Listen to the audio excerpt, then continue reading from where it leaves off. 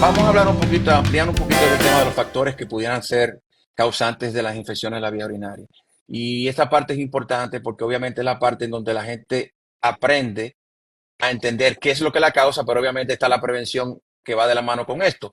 Entonces, doctora, cuando hablamos de estos factores así o estas situaciones que se puedan presentar, yo sé que hemos mencionado algunas, pero me gustaría un poco ampliarla más.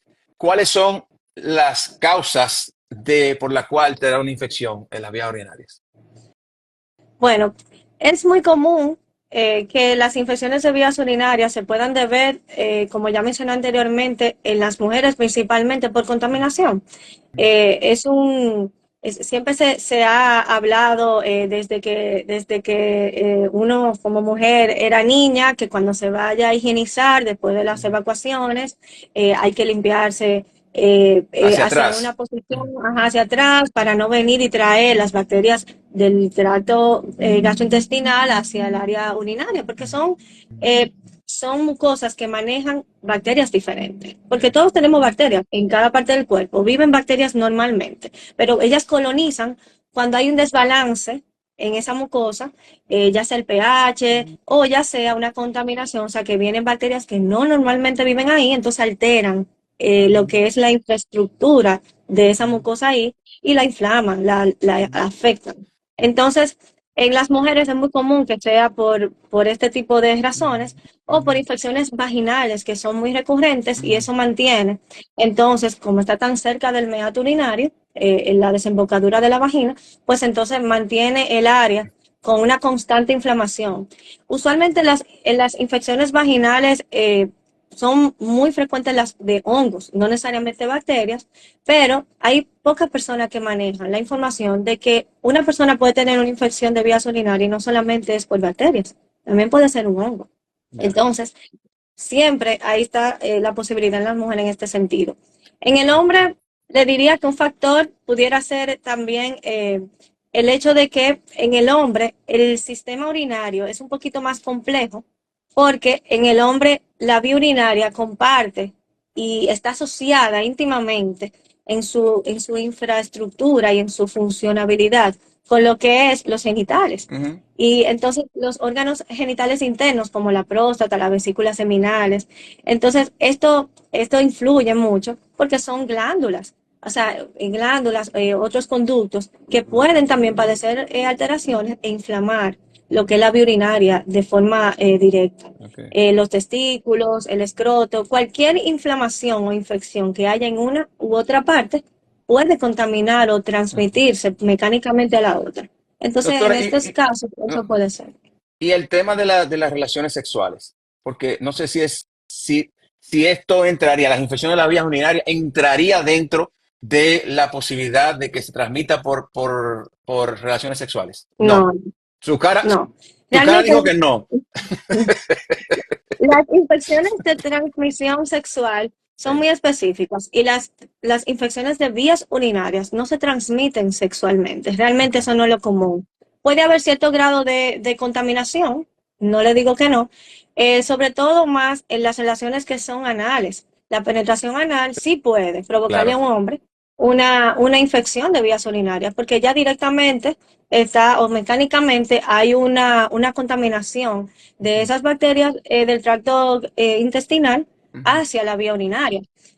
Pero las relaciones que son de penetración vaginal, finalmente pudiera haber una contaminación, como le digo, si la mujer tiene una infección por hongos muy importante, pudiera inflamar, pero es mucho menos frecuente y no se consideran las infecciones de vías urinarias como parte del repertorio de infecciones de transmisión sexual. Excel- No lo es. Lo que pasa es que son, Excelente. son cosas que pueden propiciar, pueden Ujú. hacer que sí, que sea más fácil una infección, pero no hay una relación directa como tal. Qué bueno que usted lo explique porque obviamente siempre está esa duda. Y está la confusión entre infecciones de las vías urinarias, infecciones vaginales. O sea, hay gente como que todavía tiene esa duda, Ujú. no duda, más que desconocimiento, ¿verdad? O Ujú. confusión Claro. con respecto a esas dos cosas. Ok, doctora, ¿cómo se detecta? ¿Hay estudios? ¿Se hacen evaluaciones médicas? ¿Cuáles son las el protocolo que se tiene para detectar esta infección? Sí, claro, hay un protocolo muy específico. Las guías nos han enseñado que los estudios como el examen de orina, el cultivo de orina, son primordiales para el diagnóstico de una infección de vías urinarias. Usualmente las personas con un examen de orina sencillo, o sea, un uroanálisis sencillo, no cultivo, se puede identificar un patrón de que hay inflamación. Pero muchas veces estas alteraciones en un examen de orina no te especifican si es una bacteria como tal o si es un hongo, o tampoco te identifican qué tipo de bacteria u hongo es. En un examen de orina solo vemos si hay una alteración en la orina, pero para poder medicar a los pacientes, o sea, en el caso de que necesite antibioterapia, necesitamos un cultivo de orina. Y esto es muy importante. Realmente este tipo de discusiones de las infecciones de vías urinarias, en la actualidad, la importancia de discutirlos radica en que los medicamentos antimicrobianos, ¿verdad? Los antibióticos, eh, producen muchos efectos secundarios en los pacientes. Y Sí. aquí, sobre todo los latinoamericanos y aquí los dominicanos, tenemos muy mala costumbre con automedicarse. Entonces es muy fácil, aquí no hay una regulación en la farmacia de usted ir y pedir un antibiótico, no es como en Estados Unidos, que si no está recetado por un médico y sellado, pues no se lo van a despachar en la farmacia.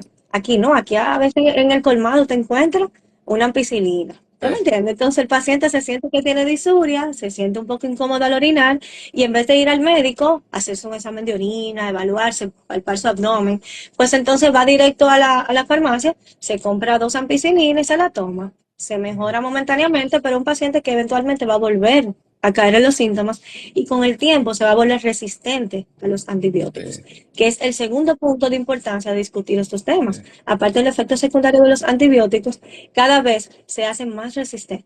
resistente, no solamente porque las personas lo utilizan de manera deliberada, sin una dosis específica o por un tiempo específico, sino también porque nosotros, o sea, por ejemplo, el ganado vacuno se le pone antibióticos y nosotros comemos esas carnes. Pueden estar cocinadas y todo, pero uno viene y va adquiriendo a través de Claro. otras vías, esa resistencia a esos antibióticos, porque ya el organismo se va acostumbrando a ese antibiótico y cuando usted de verdad lo va a necesitar, no le va a Por, funcionar. por Entonces, eso se es habla hoy muy día, importante. doctora, hoy se habla, disculpe la interrupción, hoy se habla de las superbacterias Exacto. que se han ido creando por esa resistencia que se dan, por el abuso del El uso abuso, de los el abuso antibióticos. de Claro. antibióticos. Claro. Entonces, no solamente es el abuso del uso, a veces Sí. innecesariamente, pero también en que no necesariamente es el antibiótico que va con esa bacteria. Si no Claro. identificamos la bacteria, no sabemos cuál es el antibiótico sensible a ella.